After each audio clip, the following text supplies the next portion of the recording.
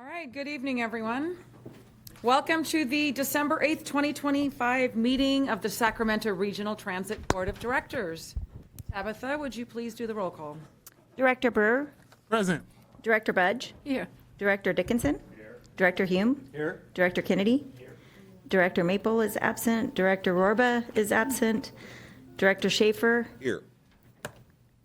Director Cerna. Director Cerna is here. And Director Jennings is absent. And Chair Singh Allen. Here. Okay, with that, we have a quorum of 8 votes, and this meeting of the Sacramento Regional Transit District is recorded with closed captioning. The recording will be cablecast on Metro Cable Channel 14, the local government affairs channel on the Comcast and DirecTV U-verse cable systems. The recording will also be video streamed at metro14live.saccounty.gov. Today's meeting replays Thursday, December 11th at 9 a.m. and Sunday, December 14th at 11:30 a.m. on Metro Cable Channel 14. Once posted, the recording of this meeting can be viewed on demand at youtube.com/Metro Cable 14. Members of the audience wishing to address the board should fill out a speaker card located at the rear of the room and provide it to myself or Adam. Once the item has been called, additional speaker cards will not be accepted. The time allowed for public comment is at the chair's discretion. The timer will chime when you have 20 seconds and then again when your time is up. There were 3 written public comments received and provided to the board, one from Rick Hodgkins on item 2.13 in support of the streetcar project, and on item 6.1 regarding real-time signage and audible announcements. Barbara Stanton, Ridership for the Masses, item 3.1, fully endorsing dogfight real-time mobility device test results as summarized in the board letter and video. And a comment from Kay Crum, Strong Sacktown, item 4 regarding the streetcar project, which staff is going to be providing a response to. All right, thank you for that. We do have a request to change the order of the agenda to hear the closed session item 11.1 first. And that item, of course, is conference with real estate negotiator pursuant to Government Code, Section 54.956.8, with a series of properties and the APN are listed here on the agenda. Can I ask who requested this? Chris? For the item to come first? I think staff. Okay, so it's a staff request. I just want it for the record. Okay, very good. Can I get a motion to move this first? So moved. Second. All those in favor, please say aye. Aye. Aye. All right, so we will be taking our closed session item, but I will go ahead and accept public comments prior to going into closed session. Do we have any comments on this item? There's no comments on the item. Okay, apparently I skipped the pledge, which we should probably do. Let's go ahead and do that. And can I get Director Patrick Kennedy to help lead us this evening? I pledge allegiance to the flag of the United States of America and to the republic for which it stands, One nation, under God, indivisible, with liberty and justice for all. Thank you. Y'all may be seated. Now I will accept the comments. Are there any for this item? There's no public comment. All right, then we will be in closed session.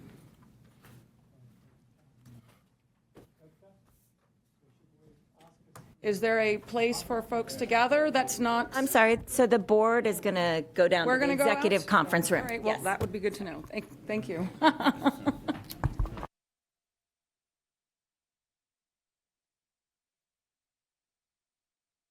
right. Good evening, everyone. We have returned. Let's see, I would like to announce that there is no report out from the closed session, which moves us right along to our consent calendar, items 2.1 through 2.15. Any questions from directors? Yes, Director Dickinson. I just had a question on 2.15. So you want to take that now? You want to approve everything else? What do you want? Let's do it now. Okay. Who's got that? 2.15? There you are. Okay, thanks. What's going on here?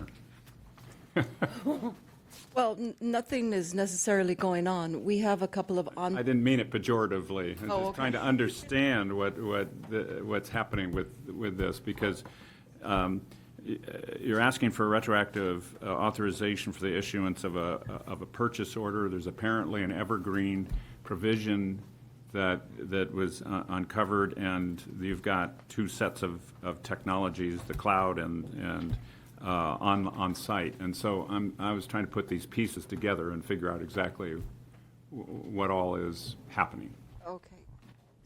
So I can speak to that since my team worked with Sandy's team. So what occurred was that when the original purchase order was issued, it didn't go through legal, and nobody caught that there is an automatic renewal in there, and so that triggered. Basically, it was signed, but it had a provision in there that exceeded the general manager's authority. And so it was caught once it came back to legal. And so now we're trying to get the board to ratify that action, the general manager's action of signing a purchase order. Actually, I think it was below the general manager. I think it was signed by the head of procurement. So they could ratify it and basically say, okay, it's fine that you guys did that, and now we're correcting it. And the contract moving forward will be approved by the board.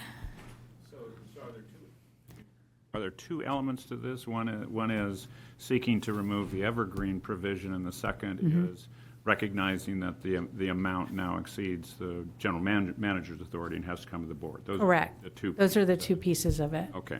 And then is there any expectation that the party we're contracting with, which I gather is iBridge. iBridge, yes. iBridge Cloud, is going to object to our seeking to remove the evergreen provision? I don't know the answer to that, but They have no objection there. They have no objection. Okay.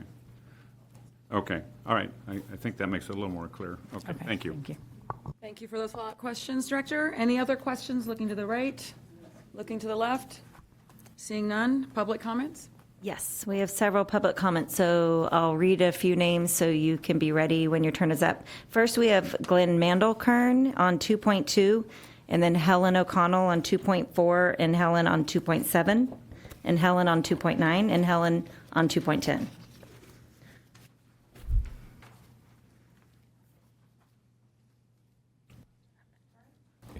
Okay, this is for item 2.2.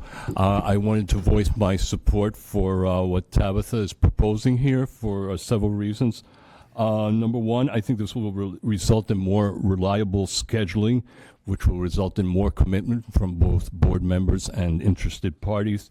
I also like how the dates are kind of varied as far as placement of the month, because sometimes the first half of the month is more convenient, and then other times the second half is more convenient. In light of that, I would like to request that prior to adjourning the meeting, to please state what the next date we'll meet will be, because we won't have a pattern to follow like we do now. And also, I would like to pose a question to you, especially in the spirit of the line here that says, allowing members of the public to better plan their attendance at board meetings. So my question to you is, would this be a reasonable time for you to consider reinstituting your virtual option? You had this in the past. It was convenient. It welcomed input. And different agencies, like some of the ones that you listed in this agenda item, they suspended for a while, now they've brought it back, and you yourselves have also had it in your latest offerings, like at the transit ID exchanges, you've had both virtual and in person, and in your COA, comprehensive operational analysis, you've also had virtual and in person. Therefore, is now a good time to consider, now that we're going to start a new year, to do virtual again. Thank you. Thank you, sir. Next comment? Helen O'Connell on 2.4.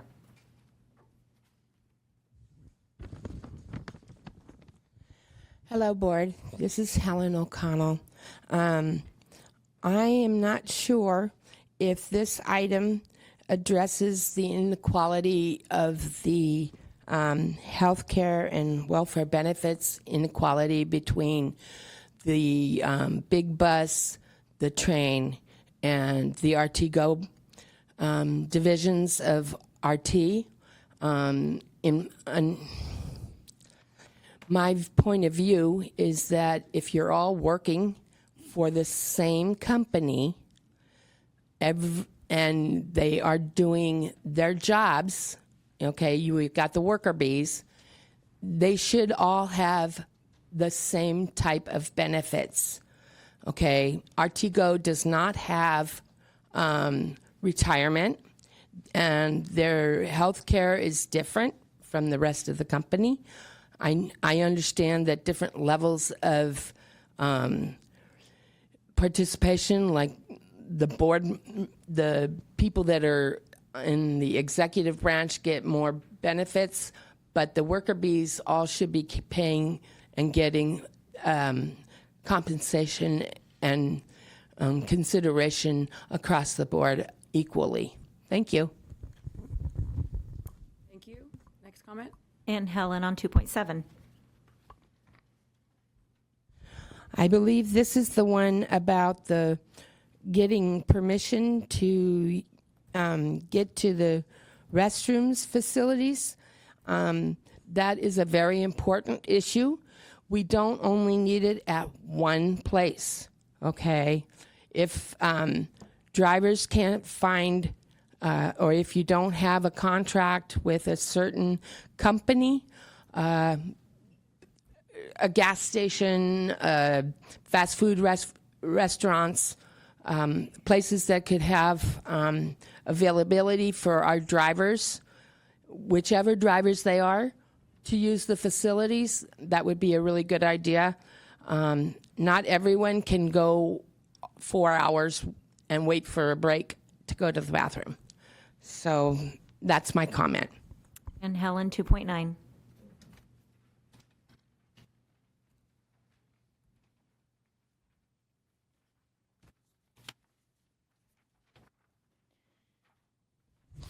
I have been informed that this particular issue is a extension of the contract for the supplemental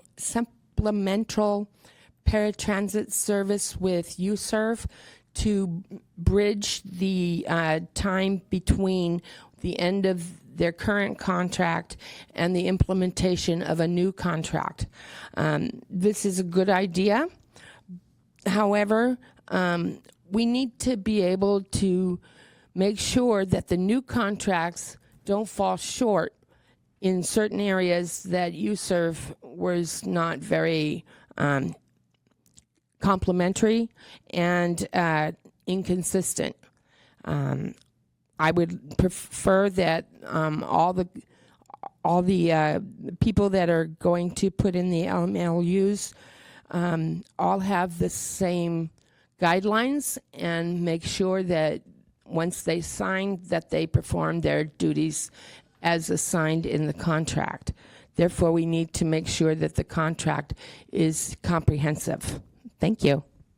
Helen 2.10.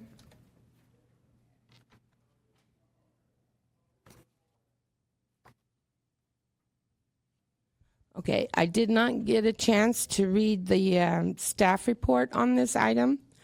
As far as I am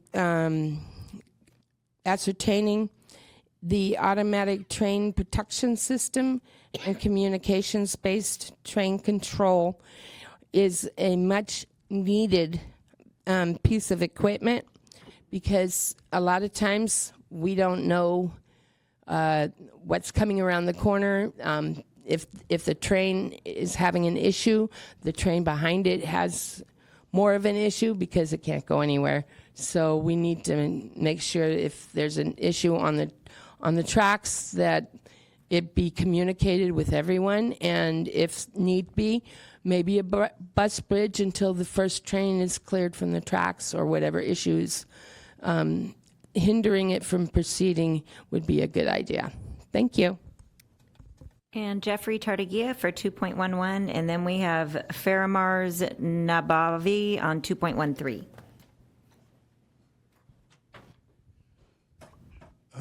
Jeff Tartagia. The basic question was wanting to understand how many contracts for workman's comp and what their expectations were and what their priorities were. Some of the questions have been answered. Some, should we say, is unclear just exactly how many workman contracts you would have ongoing. That was just the question about with having that many in there divided up for the workman's comp load of legal services. Okay, and then Faramars Nabavi, and I have a 2.13 and a 2.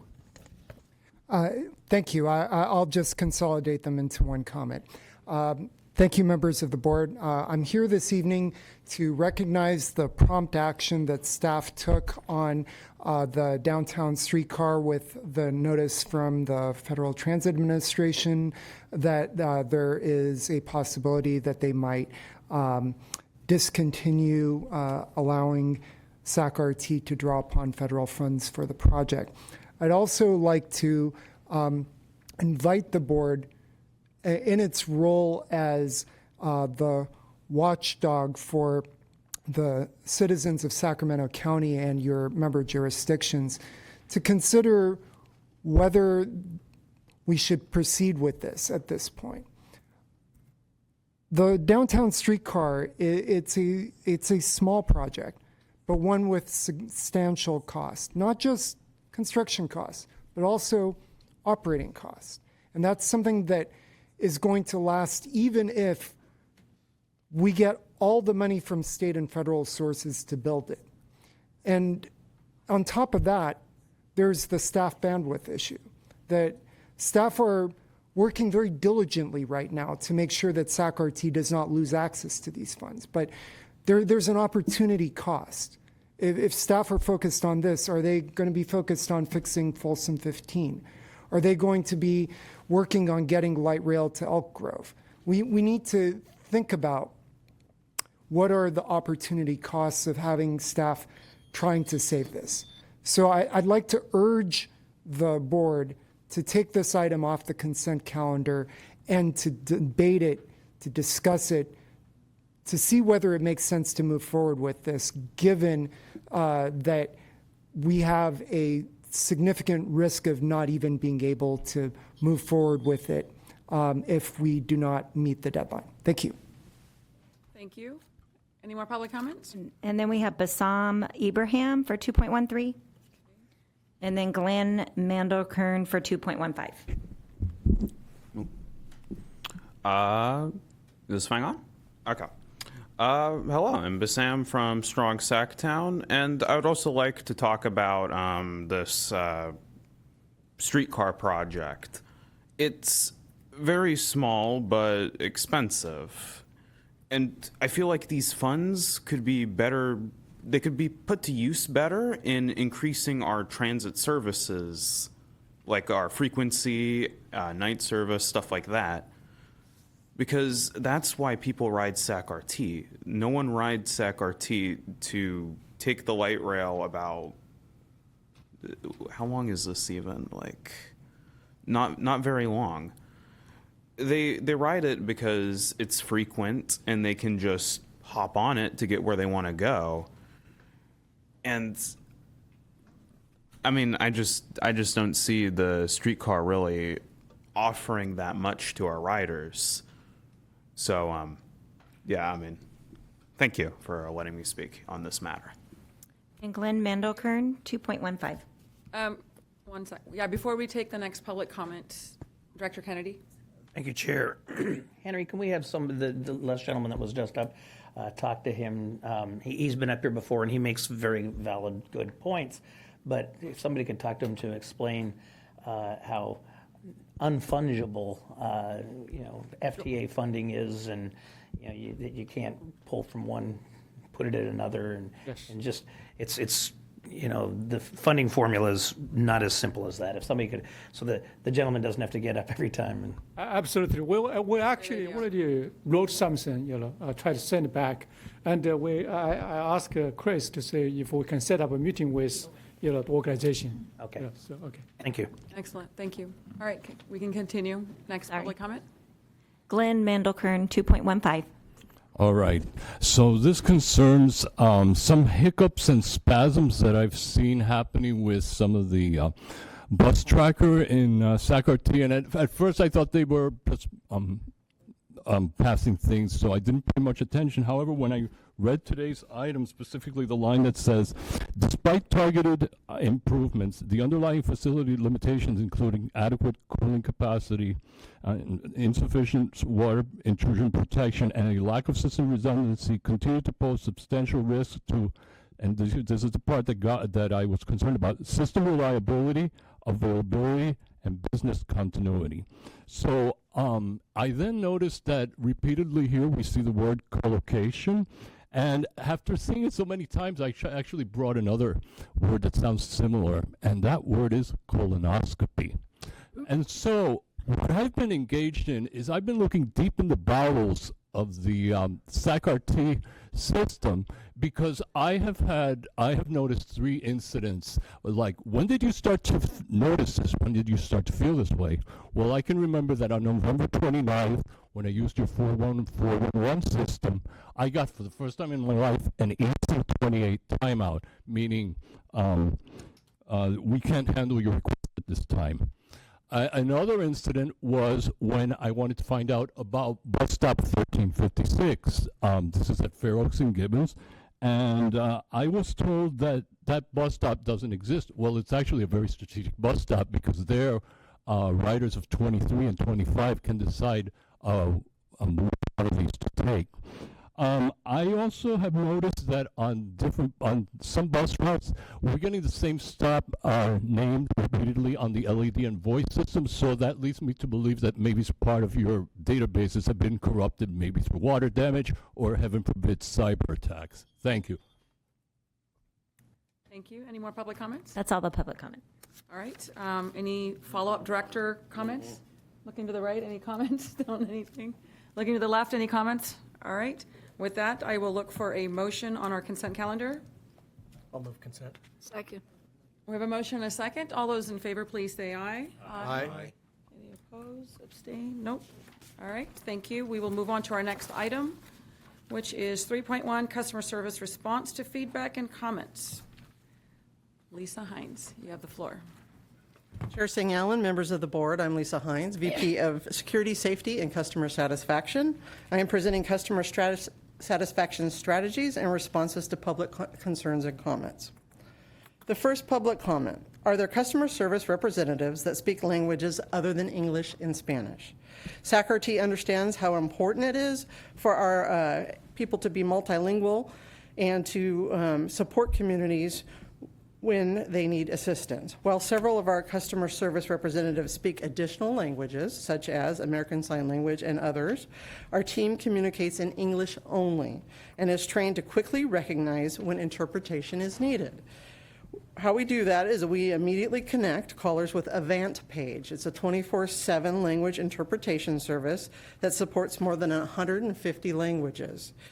The connection usually takes less than 30 seconds, providing quick response and seamless communication. Our Title VI Language Assistance Plan is current and fully meets all Title VI requirements. All right, the next public comment. A group was riding a train together, and the train doors did not open when they were changing cars. Unfortunately, we did not receive a report at the time of the incident, so we do not have enough information to fully look into what happened. We always encourage passengers to report issues right away so that we can look into them promptly, review video, and vehicle data as needed. The dwell time for the train is roughly 20 seconds.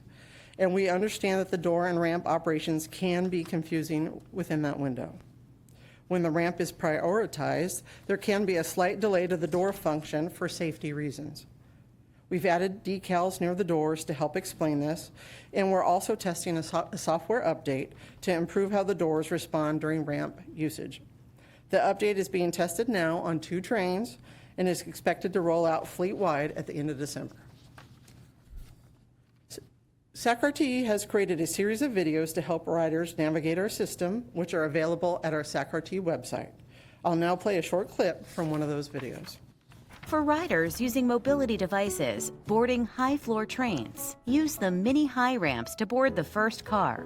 On the new low-floor trains, push the blue wheelchair accessible button once to deploy ramps featured at the 2 center doors of each train car. Once the button is pushed, make sure to move back to make room for the extending ramp. It takes about 6 seconds for the ramp to deploy before the door opens, so you don't need to keep pushing the button. Low-floor train buttons also have Braille for persons with visual impairments.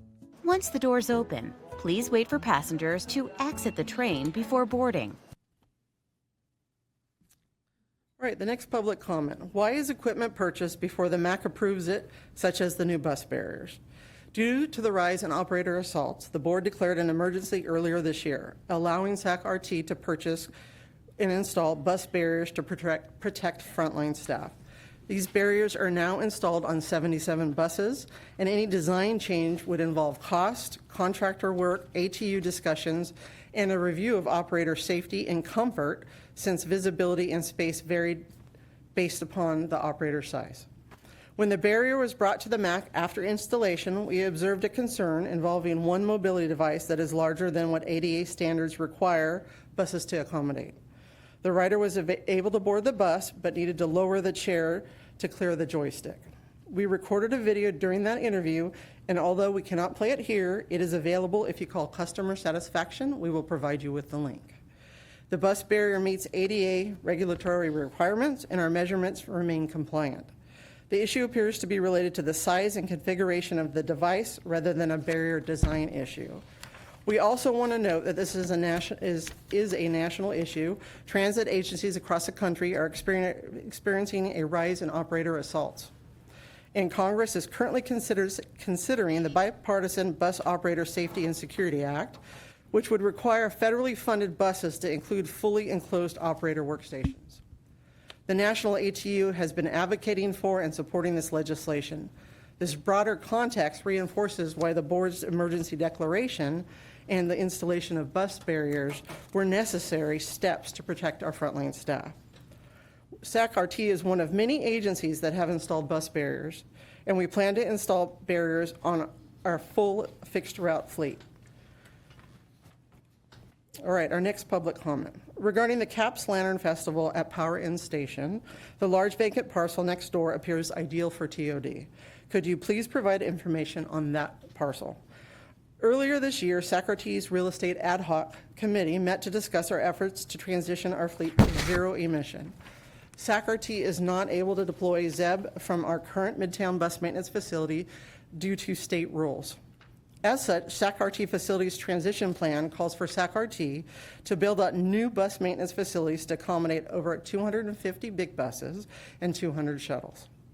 Based on size, utilities, zoning, and proximity to fixed route, the Power Inn site was identified as a potential site for a future facility.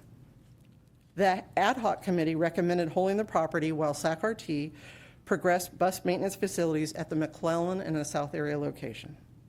As we get more clarity on those two facilities in the coming years, SAC-RT will be in a better position to determine the future use of that 13-acre parcel. We do see that there's an opportunity to reduce the size of our operations at this site to about half of what we have shown here, so we can accommodate TOD on about 5 to 6 acres. And that concludes my presentation. All right, excellent presentation. Questions? Looking to the left, any questions?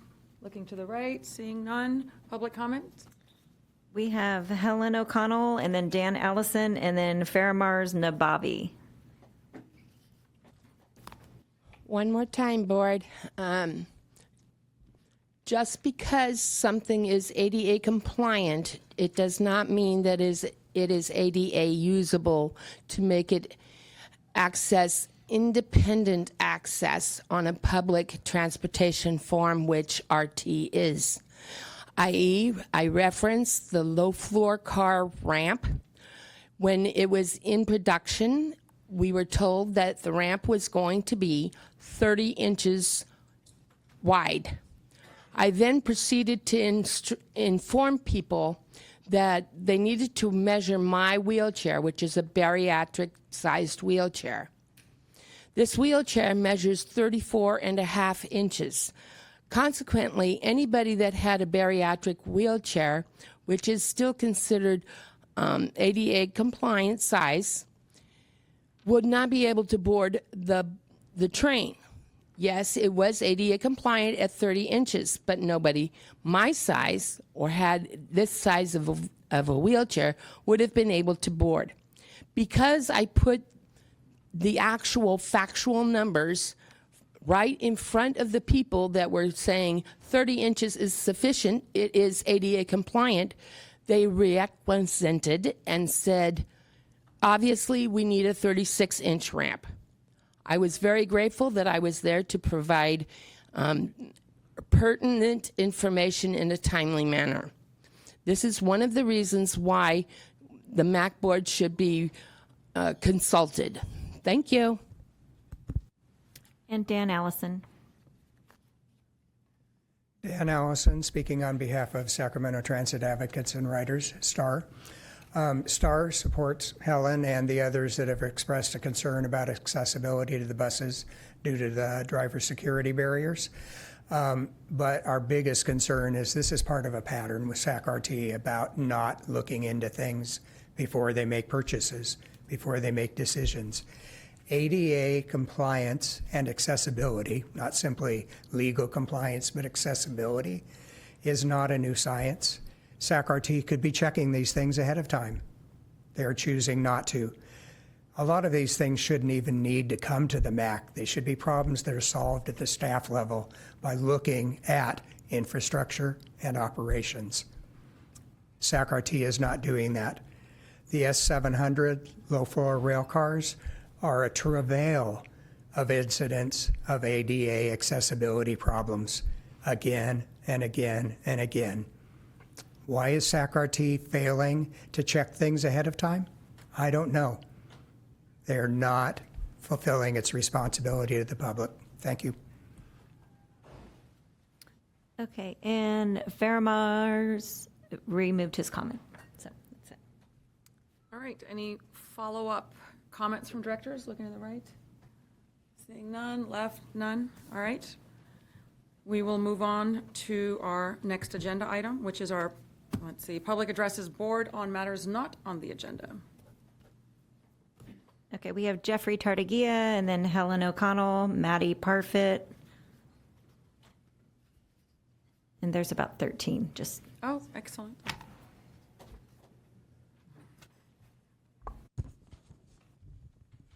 Well, board, I'm going to talk about the matters that hopefully next year will get brought up and addressed by this board.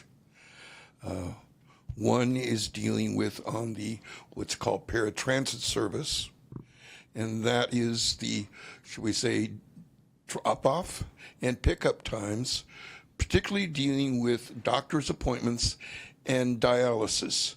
I hope that that matter can be brought up in a timely manner and addressed and resolved. There are some opportunities there that need to happen. Patrick last year suggested that Rick Jennings should indeed have a further understanding dealing with our light rail new low floor vehicles. Haven't seen yet that matter is resolved and fixed. You still have incurring problems related to your low floor vehicles. I unfortunately this last week had it where I ended up going off of the ramp and had to have dispatch, should we say, the conductor and supervisor come in there to get me back in there because the front wheel of this wheelchair went off of the ramp through there. So getting it in that position with the angle that it's at, it took other people involved to bring me back in there so that I could get out of the low floor vehicle. I've also found well, it looks like my time is about up, is that there are a number of other issues that it just simply seems like for dealing with the scheduling and everything else that it has not yet been resolved. Please, board, work on this next year. That's my public comment. Okay, next is Helen, and then Maddie, and then Michael Bevins.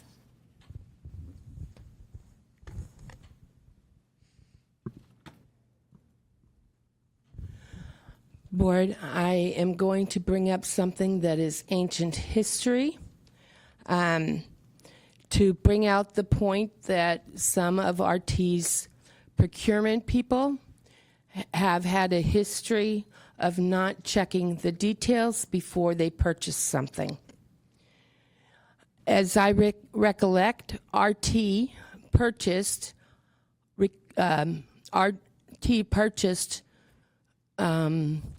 light rail vehicles from another company, from another city, and when they got here, they didn't fit our tracks.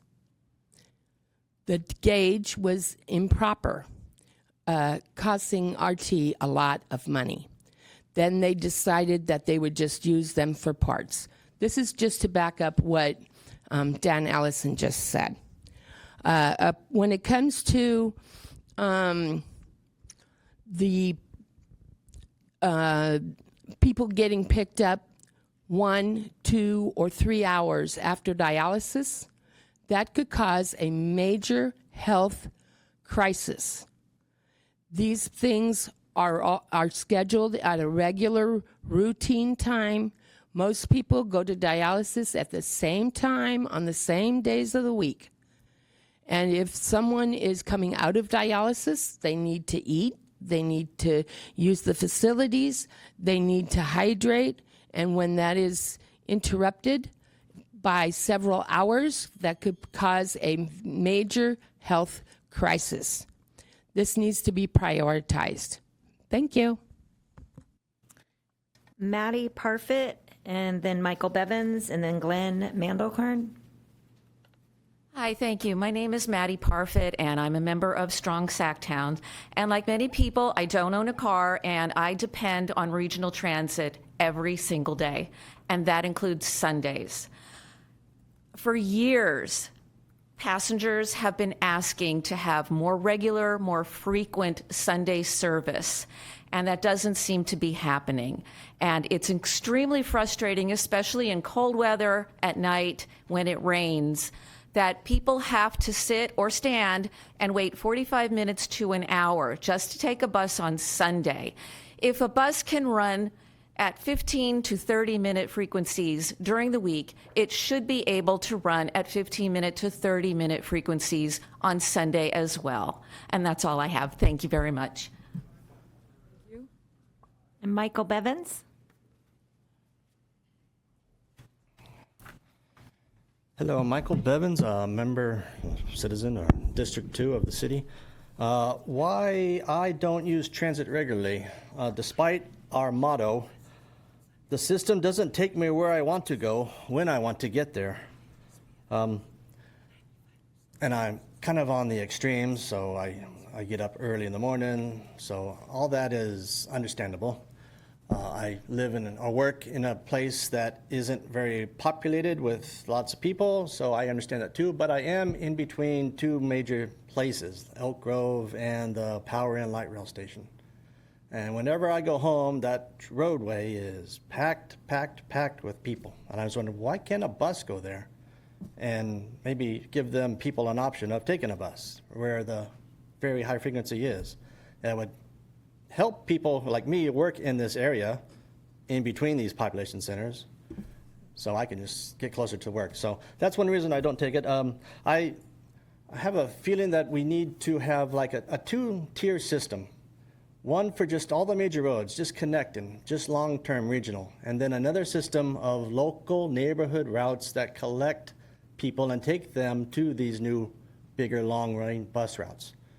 That would get more ridership, give more people more options. example I have, well, I've mentioned this before. My father lives in Orangeville. I wanted to go there, visit him. I'm going to try transit. Let's see how I can do it. That was back when Smart Ride was here, and I couldn't do it then because Smart Ride didn't work on the weekends. I don't know if Flex is working on weekends now either, but it's just, all right, I can't do it. So coverage is more important, but not that much more important than frequency. We need to cover. It's a regional district. We need to give people options nearby major roads. Thank you. Next comment? Glenn Mandel Kern, and then we have Aaron Pickett, Basan Ibrahim, Troy Wilkinson.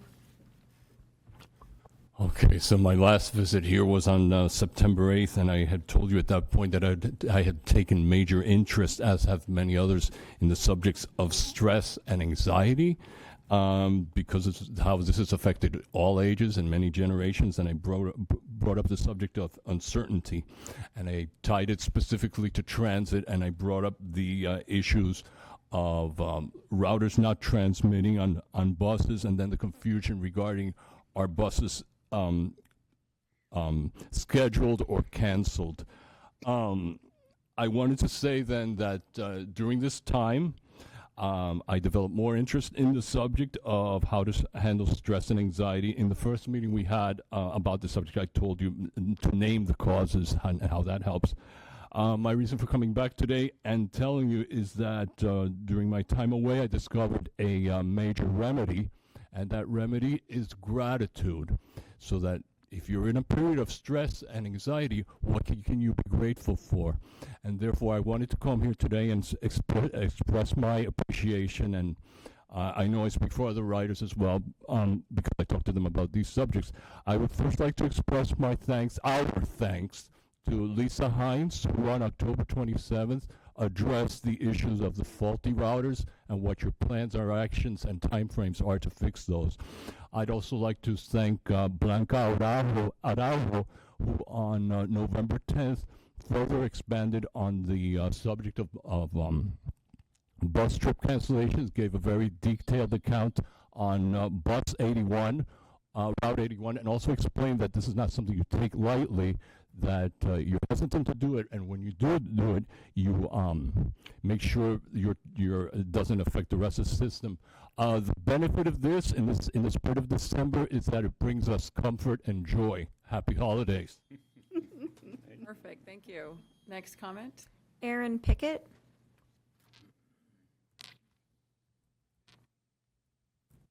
Chair Singh Allen and members of the board, my name is Aaron Pickett. I'm a member of Strong Sacktown and a Sacramento State student. One of the reasons I don't take SAC-RT more often is, again, the lack of frequency, particularly in the evenings, getting out of a night class, particularly the grad classes. It really reduces any of the benefits when you get out at 6:47 and the bus left at 6:45. You're stuck on campus for an extra hour. Thank you. Thank you. Next comment? Basan Ibrahim, and then Troy Wilkinson, and then Joshua Holmes. Hello again, it's me, Bassam. I'm a member of Strong Sacktown, and one of the reasons I don't take SAC-RT as often as I would is just the fact that, I mean, the service has a lot of improvement that's needed. Headways can be very long, like, especially on weekends, it can be up to like an hour at least. Basically not good headways. And then even worse than long headways are delays. Delays.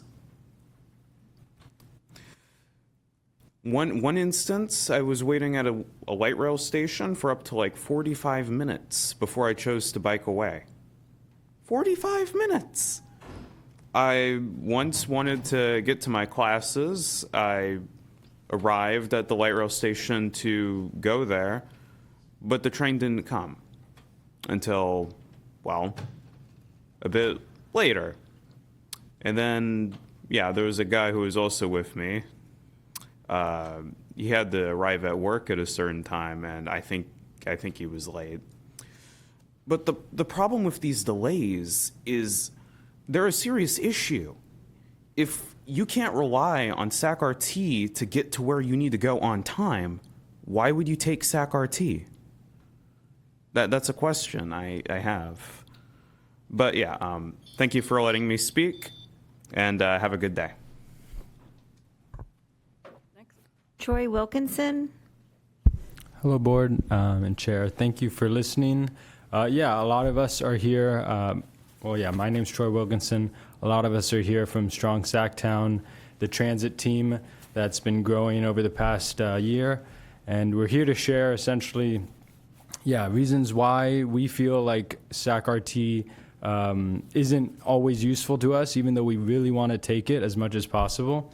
I'll echo previous comments about evening frequency. A lot of times I want to go out, I want to have a good time, or I pick up groceries, do errands, and then, you just miss it by a minute.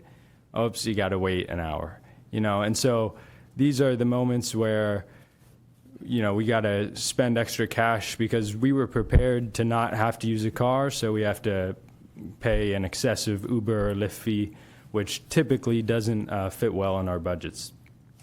Other than that, I just want to sort of echo previous comments about staff time being important to ensure we're purchasing the correct gauge, ensure we're purchasing ADA compliant and ADA just accessible, very accessible equipment, and making those decisions with time and scrutiny and a wise, healthy workflow, and how that with the SAC streetcar might impact that kind of system happening over the next year. Essentially, frequency in the evenings is why I don't ride transit. Thank you all for listening. You'll likely hear quite a few more comments about that. Next comment. Joshua Holmes, and then we have Catherine Caceres, and then Julian Hernandez. Good evening, Board. My name is Joshua Holmes. I'm also with Strong Sacktown, and I want to begin by thanking you all for taking time every evening to be here. And also, I just wanted to give a moment to appreciate what the Board has been up to. I appreciate the $1 million fiscal commitment to safety measures, the Dos Rios project, which I go by every day on the way to the rock climbing gym, and also just the fact that we do have a strong transit system foundation in this city when other cities our size, like Austin, are just fighting for the framework of a light rail system. So I want to say thank you. That being said, I do kind of want to talk about the reasons that, as someone who's used the system for the past 10 years, I don't continue to use it. It has been echoed over and over again that a 30 to 60 minute headway for most bus routes is extremely challenging to build your daily lives around. And when I live in a suburb like Fair Oaks, which does have a decent population, albeit decentralized, but a very limited number of bus routes, and those which do go through kind of just barely cut through the area, it is really hard for someone who, like me, who does want to support SAC-RT and prop up. So I previously worked in transit administration before. I understand that federal funds are specifically programmed for specific or earmarked for specific projects, and you can't simply just reallocate them. But as SAC-RT looks at various flagship projects it may be pursuing or current fiscal commitments, I'd like to encourage you to perhaps look at the more bread and butter, working class centric framework of how we can get more Sacramentans on board, no pun intended, which would be just a simple increase of headways and bus routes available. Thank you. Catherine Caceres. Hello, my name is Katie Castros. I'm a member of Strong Sacktowns. I'm a person without a car or working bike, and I really would love to take SAC-RT more than I do, but some of the bus lines are way too infrequent, and the light rail is confusing to take and pay for, even though I really want to pay for it, and it's all really super intimidating. I recently needed to get to a specific hospital, but it was a very deeply confusing experience because the light rail label was unclear. It was like only on the front, not on the sides of the car, and I was like, oh my God, is this the right one? And what should have been in either 18 minutes minute drive or an estimated 48-minute direct light rail / bus route became an hour and 34 minutes. And if you know anything about trying to get to a hospital appointment, that's bad. That's really bad. And the only reason I made it on time is because I was super paranoid and built in a bunch of extra time. But that was because the buses were really inconsistently and widely spaced out. And then when it did come, it blew straight past my stop and stopped 100 feet away from where I was at. And I had to go sprint to catch it, which is not a nice thing to make somebody who's trying to get to a hospital do. So the whole experience was super confusing and stressful, and I'm really, really glad that it existed at all so that I was able to get to the hospital appointment. But I would really love for buses to be more consistent and more frequent, because I would love to take them because I have no alternatives. So thank you so much for what you do, and I hope it improves. Thank you. Next comment? Julian Hernandez, and then we have Kay Crum, and then Anthony Graves. Hi, my name is Julian Hernandez. I'm also here with the Sac Strong Towns Transit team, and a lot of my friends have talked about on-time performance, and I wanted to emphasize the need for GTFS real-time on light rail. I know you guys already have that on the buses, and it's really useful to be able to actually see when the bus is actually going to arrive, not when it's scheduled to arrive. And we'd love to have this service on the light rail as well. Sometimes it gets delayed, gets stuck behind, runs behind, and it's a lot easier if you can actually see where the light rail is and when it's coming, so you can time that better. Also, I want to say that the state is providing free services to procure that technology through Cal ITP, but that is only available through the end of this year. So if we can kind of work on that and get that done over 2026, that would be a great way to use those free state funds for procuring those services. Thank you all very much. Thank you. Kay Crum. Hi, I'm Kay Crum. I'm from Strong Sacktown. I'm going to keep this brief. I would love to use SAC-RT more if it went out to things like all the runs around Sacramento. I wanted to take the bus to Run to Feed the Hungry, but there wasn't anything that I could take. So thank you for your time. Thank you. Anthony Graves, and then Kathleen, and then Faramars Nabavi. Oh, we did? Okay.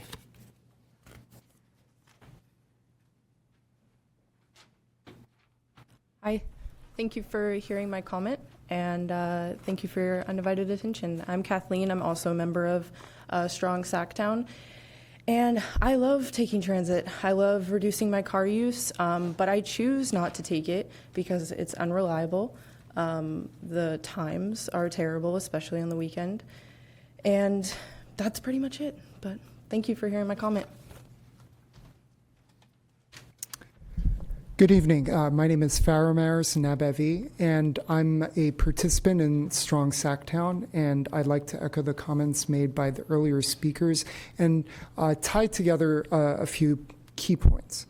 For me, the increase in frequency is important. As another person said, increase in coverage is also important. Coverage can mean geographic coverage. It can mean night coverage, meaning later service or more frequency at night. And it also could mean more frequency on Sundays.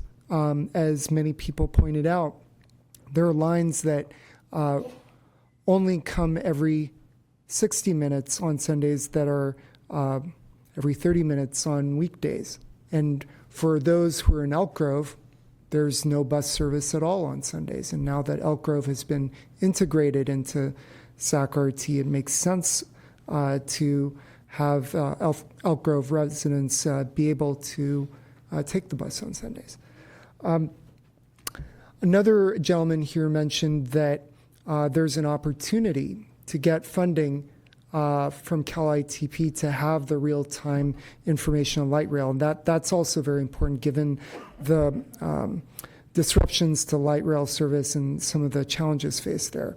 And that goes back to my earlier comment about the bandwidth of staff time. I mentioned the word opportunity cost, and I appreciate Director Kennedy's point about not being able to reprogram some FTA funding. What I mean by opportunity cost is the bandwidth of staff time. And so I'd like to encourage the board to prioritize a greater frequency and greater coverage of bus service. This is something that many speakers have pointed out is a necessity for increased ridership. Thank you. Thank you. Any more public comments? That's all the public comment. All right. Well, I want to thank all of our public commenters, a lot of new faces today, so thank you for your civic participation. We will move on to our next item. 5.1, receive and file the annual comprehensive financial report and designate the operating surplus and working capital reserve for fiscal year ended June 30th, 2025. Hi. Good evening, Chair Sang Allen and members of the board. Jason Johnson, VP of Finance, CFO. I'm pleased to present the annual comprehensive financial report for the fiscal year ended June 30th, 2025. The goal of the independent audit is to provide reasonable assurance that the financial statements are free of material misstatements and conform with generally accepted accounting principles. SACRT is contracted with Crowe LLP, an independent certified public accountant firm, to perform the audit of the financial statements. The auditors have issued an unqualified or clean report or opinion on the financial statements. This means that the financial statements are free of any material misstatements. This is the sixth consecutive year the SACRT has received no audit findings. Operating results for fiscal year 25 have revenues exceeding expenditures by $950,000. This surplus amount will be added to the existing operating reserve, which will bring our reserve to a balance of $40 million. This fulfills our operating reserve requirement and provides the district with sufficient funds to cover approximately 60 days of operating expenditures. While this strengthens our financial position, staff has previously noted that operating funding challenges are projected for the foreseeable future. Staff continues to work closely with SACOG to ensure SACRT receives its rightful allocation of all available funding to not only close projected funding gaps, but to free up discretionary money such as federal 5307 funds to address priority capital needs. Staff will be providing the board with an updated long-term fiscal forecast early next year as a supplement to our annual budget process. I would like to thank the board directors for their exceptional direction on fiscal strategy, Henry, Shelley, and the executive management team for their strong leadership, and the financial team for their hard work throughout the year and in completing the audit and annual financial report. This concludes my comments. I'd be happy to answer any questions. We also have Brad Shell with Crowe LLP in the room for questions as well. Thank you. All right, thank you for that. I will open up for director questions, looking to the right. Any questions? None here. Looking to the left? None. Public comments? There's no public comment. All right, any follow-up? All right, well, that was just an information item, so we will move on to our next item, which is 5.2. And that is intent motion to select the chair and vice chair of the Sacramento Regional Transit Board of Directors for 2026. Will there be any presentation on this? There's no presentation.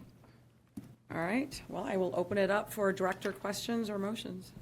Madam Chair, I would nominate that you would ascend into the chairmanship. Chairwomanship, as the case were. Careful there. Case would be. The chairship. Thank you. Second.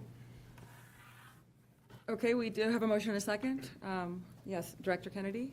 I just want, of course I support the motion, but I just want clarification because we did go to where we allow for 2-year terms. And did Mr. Jennings already serve his second term? He's just served 1 term. He's only served 1 term. I just so that I can throw something that makes us all really squeamish and uncomfortable. I think he maybe have an understanding that he was going to serve 2 terms. I can't speak to Director Jennings' intent. I mean, because he was vice chair when I was chair, and that was Any clarity from pretty clearly staff his understanding. on the precedence for 2-year chairperson role? Since he's not here, I just felt So, Yeah. by statute, we have to select a new chair every year. The bylaws that were adopted, or the administrative code that applies to the board, that the board adopted, does allow for somebody to serve 2 consecutive terms. It doesn't require it. So What's the it's background on that? Why did we do? I wasn't on the board. So I believe there was a chair who felt like they hadn't completed what they wanted to complete, so they wanted to serve a second term, which was not our practice at all. It was a new chair every year. And so that's where it came from. Somebody wanted to serve 2 consecutive terms. And they asked if we could modify the administrative code, and we did, to allow for it, but it's not required. So that's just the background. I have no preference, how's that, on where we go with this. So there was precedence, was it during COVID, because there was a new leadership at the time, like? No, How long have we been doing this practice? We've only done it twice. We've only done it twice. Yeah, I think we've done it twice, yeah. This is not something with a long history. No, Okay, our previous history was every If we year. go back to Joe. Joe just served a year. Joe. Joe? Who's, I'm sorry. Director Cerna? Phil. Oh, Phil. We'll open up for discussion. I'd love to hear more before taking a vote on the active motion and second. I'm in favor of the motion, so. Yeah, I'll second the motion. We do have a motion and a second. I'll just chime in here. I appreciate Supervisor Kennedy looking out for Mr. Jennings. We did only do a 2-year chair position twice, once with Director Chenier, because we were in a kind of a state of turmoil from a funding perspective and some different things, and then we extended the courtesy to Director Kennedy. I think that this is such a large board with so many regional representatives that you could potentially serve on the board and never get the opportunity to chair if everybody takes a 2-year. Exactly, yeah. So I made the motion I did with the intention of it being. Yes, please, Director Dickinson. Well, I was just going to say, the new chair would take that position in January, correct? Correct. I mean, in deference to Mr. Jennings, we could talk to him at least and let him know that we intend to change chairs. I'll leave that to the CEO should the votes be there. I just came back to the board, so I appreciate what you've said, Director Hume. I just, I sort of hate to have him. Yeah. So are you suggesting, I imagine, if he's not watching, I can't believe he's not watching this. Everybody watches this. I'd like to make a substitute motion that we continue it till the next meeting, at which time we can have an opportunity to figure this thing out. I would second that. So we'll take the substitute motion first to continue this to the next regularly scheduled SAC-RT meeting. Yes? Roll call. Well, here's the thing. By statute, you have to pick your new board member in January. I mean, your new chair in January. January? By statute. We're only in December, But we don't have another board meeting until the end of January. hence the. But it's the end of January. It's the end of January. I don't understand. I mean, Yes, Well, because we always do an intent and motion, because then it sets everything up so that we are properly, set to go in January. Okay, we have Dr. Rohrbach who would like to speak to the substitute. Yeah, I appreciate the thought. I'm sure that Rick knew that this was going to be on the agenda tonight. I'm sure he's thought through it a little bit. So I don't think this is I don't believe it would be out of the blue. I think for staff's time, I think to Pat Hume's comment for continuation, I think the first motion is the way to go to move forward. I think waiting another month and a half would be a little difficult and just delaying probably the inevitable. Anybody else who would like to speak on this? We also need a motion for vice chair. All right, well, we'll take that one separately. Okay. So we're going to go back then to the motion. Yes? no, the substitute. The substitute, yeah. So we have the substitute from Director Kennedy and the second from Director Dickinson. So we'll do a roll call, please. To continue?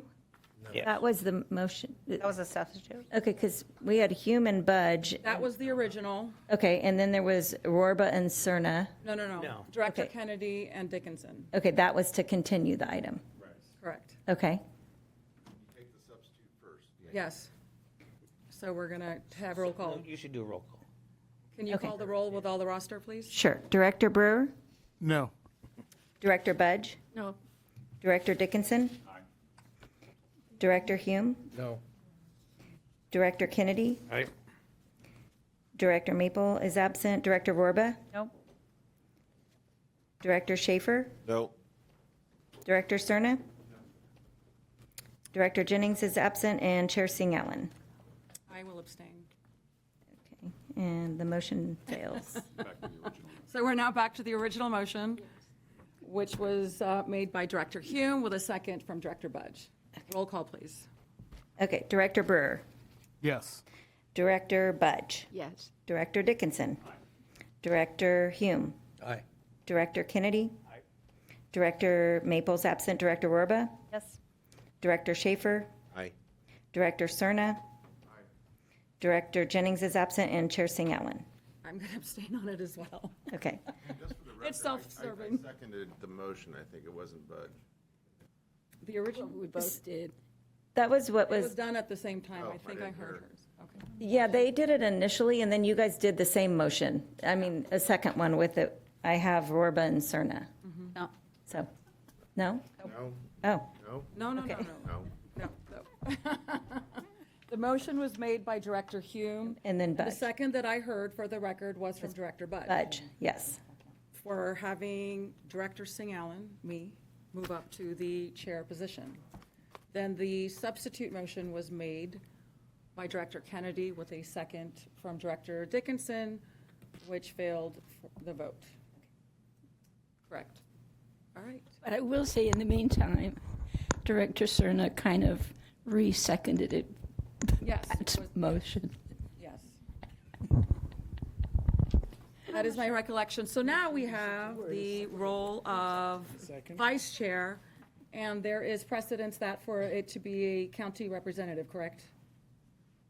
Yes? Yes, by 10 years. Okay. So since we have Director Cerna, who has served, and Director Kennedy, I would like to make the motion for Director Hume to fill the vice chair I'll position. second that. We have a motion and a second. Any discussion on this?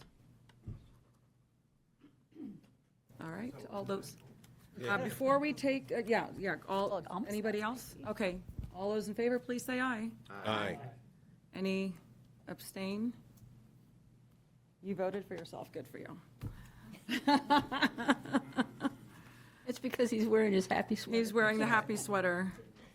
Can I make a comment? Because Yes, Rick please. isn't here. I don't know if this is the right time. I don't know what normally happens here but I just want to thank Rick Jennings for being the Absolutely. chair when I first came on service, especially at Cab to Cap and at different events. He makes it very easy to be involved and it was a great person to have as a chair for the first year that I was involved. So I just want to thank him and also thank you, Bobby, for being vice chair as well and taking the next role. Thank you. I will save a lot of my comments for when Director Jennings is present, but he's done a fantastic job serving SAC-RT's best interests, not only with the role as a city council member, but most importantly, being a regional voice. We've done a lot of great work together, and he's going to continue doing that great work on this great body. So I do thank him for that. All right. Public comments on this? There was no Did we do public this? comment. There's no, okay, yeah, I didn't think so. Next up is our general manager's report. Good evening, Madam Chair, the board, and the public. Welcome to our last meeting of 2025. And I hope everyone had a nice Thanksgiving holiday and great, holiday season. And I first really want to say, thanks to the wonderful suggestions from our public, especially coverage and frequency. These two words are the most used words in the industry. And there are lots of stuff behind that. I'd really like to have opportunity to sit down with our, the different organizations, especially Strong Sacktown, team. And you guys are wonderful. I just want to, as your director, sorry, the candidate, asked, direct me to, to have a more direct conversation with you guys and explaining a couple major, topics. I'd love to, sit down with you guys very soon. The first item I'd like to share with the public and the board is our emergency exercise drill.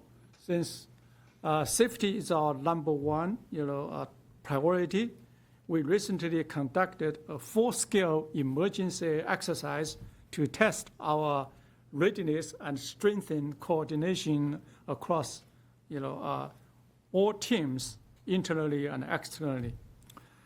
Two real-life scenarios were simulated. Scenario one, a bus displayed emergency call 911 on its head sign. Then bus operations, security operations center, Sacramento police services, along with other law enforcement, and quickly identified and located the bus using the onboard cameras and GPS technologies. So that's one scenario. The scenario two is two trespassers were reported inside Sacarte's light rail facility. And using thermal imaging cameras and our new AI drone technology, as I mentioned in the last board meeting, I think we got the permission from FAA to allow us to use AI drone technology. And we probably is the first agency use that, non-police force enforcement agency, we're the first one to use the AI drone technology. So our police services and the light rail operations quickly located one subject in a building and safely removed the second one from the light rail vehicle. These annual drills are required by the California Public Utilities Commission and are essential to ensuring our teams are prepared to respond swiftly and effectively in real emergencies. Next report, I'd like, we try to share this with the public. A couple years ago, about a decade ago, we started Sacramento Mystery Rider, program.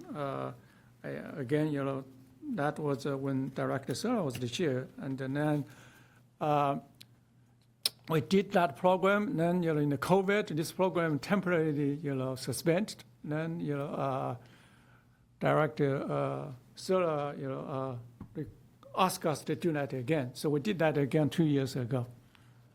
And this year, up to September, we had 159 evaluations. Each month, about 25. The score is about 91.57%, which is consistent with our annual performance scorecard. And there's some good observations because they are the private mystery operators or the evaluators. They're not us, they're somebody else. They did that totally in an anonymous way. So the reliability, validity of this data is quite high, and then there's some trends or points on there. I'm not going to spend time to read that. Then next one. Last board meeting, I spoke about the annual full conference for California Transit Association, and the APTA conference, which was held in Boston earlier than the CTA meeting. I didn't get a chance to really update the board, but I want to thank Director Hume and Schaefer, along with Deborah from staff, for representing Sacramento very well. The conference, close to 10,000 people, is the flagship event for public transportation professionals to engage in workshops, experience technical tours, and network with thousands of colleagues. And another thing is, in Boston, our delegation represents Sacramento region to cheer for the A's baseball game. It's quite exciting event, and they showed our strong support for our own sports team. Thank you for doing that. The next one. Okay, the Lolo grants. So last year, November, we received about $77 million federal Lolo grants, and which is the third largest grant amount across the nation. And late last month, Sac County was awarded $39.7 million grants from the federal government. Again, the same category. This funding will replace 49 aging buses with new modern ones. And the grant is the third largest in California and the ninth largest in the nation. And only less than 2% of transit agencies receive this type of grants. We feel grateful, for FTA's, support, and but we staff believe that it is truly, due to the excellent meetings we had, our board members and staff had in Washington early this year. We showcased our board members did a remarkable job to showcase the incredible things happening at Sac County, and certainly, staff did a wonderful job on applications too. Then, speaking of the grants, later this week, the Strategic Growth Council of the state will meet and consider staff recommendations for the Affordable Housing Sustainable Communities Grant Program, or ACE program. The ACE grant program, which provides about $800 million annually to fund partnerships between affordable housing projects and transportation improvements. So this year, the region submitted a whole bunch of grants. The total awards for the 3 projects we submitted is the Sac County work with the house development organizations. And we are kind of like it's not the main applicant. However, our, we've been teaming up with others actually made huge differences, and amounted to $126 million state funding to our region, and out of 800, that is about 15% or something. Our population is about 4% of the whole, if based on percentage, 4 or 5%. So we kind of get more than what we, should get if use the population base. Amount $126 million, Sac County received $25.8 million in funding. So 4 applications and 3 applications, we get an award. This demonstrates the strong partnership Sac County has been enjoying with our business partners, especially the house development firms. That being said, that concludes my GM report. Back to you, Madam Chair. Thank you, Henry, for your excellent report. Any questions from our directors? Looking to the right. Any questions? Nope. To the left. Seeing none. Public comment. We have Jeffrey Tartagia and then Helen O'Connell. Jeffrey Tartagia.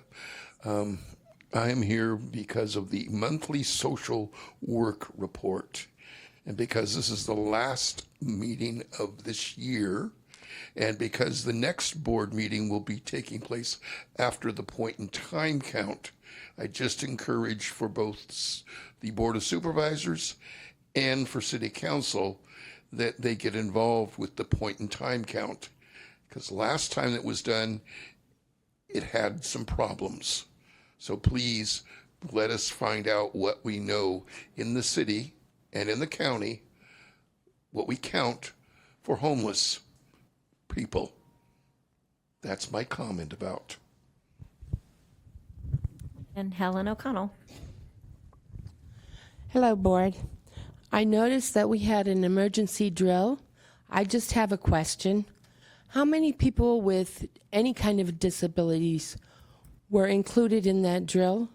Because people with hearing impairments, people with physical disabilities, people with wheelchairs, electrical required equipment like oxygenators, all of those things need to be taken into account if RT is going to help evacuate or relocate people during an emergency. This is just something I thought I should bring up. I didn't hear any reference to any of that. And for me personally, if I don't have electricity, I don't go anywhere. And if I can't get out of my house because the streets are flooded, then I can't go anywhere. And I can't go anywhere, I can't eat. Thank you. Thank you. That's all the public comment. All right, any follow-up comments from directors? Seeing none, thank you. Thank you, Henry. Let's see, our final item, reports, ideas, questions from directors in communication. There's anybody want to report out? Director Dickinson or Schaefer, the Capital Corridor Joint Powers Authority meeting? Thanks, Madam Chair.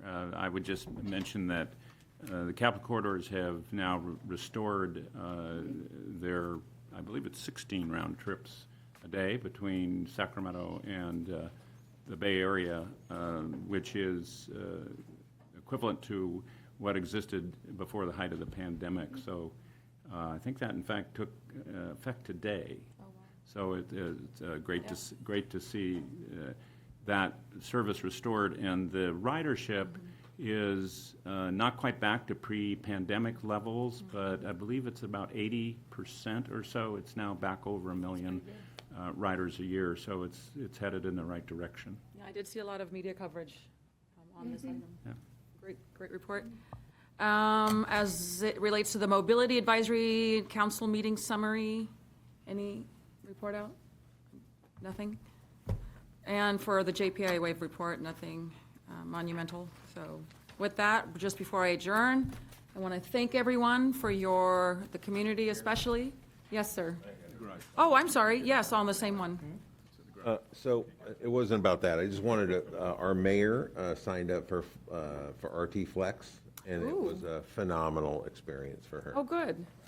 She had struggled a little bit with the app, but she was able to make a phone call, and the drivers were very professional, and she just wanted me to pass that along to the board, that it really is a phenomenal service, and she appreciated that.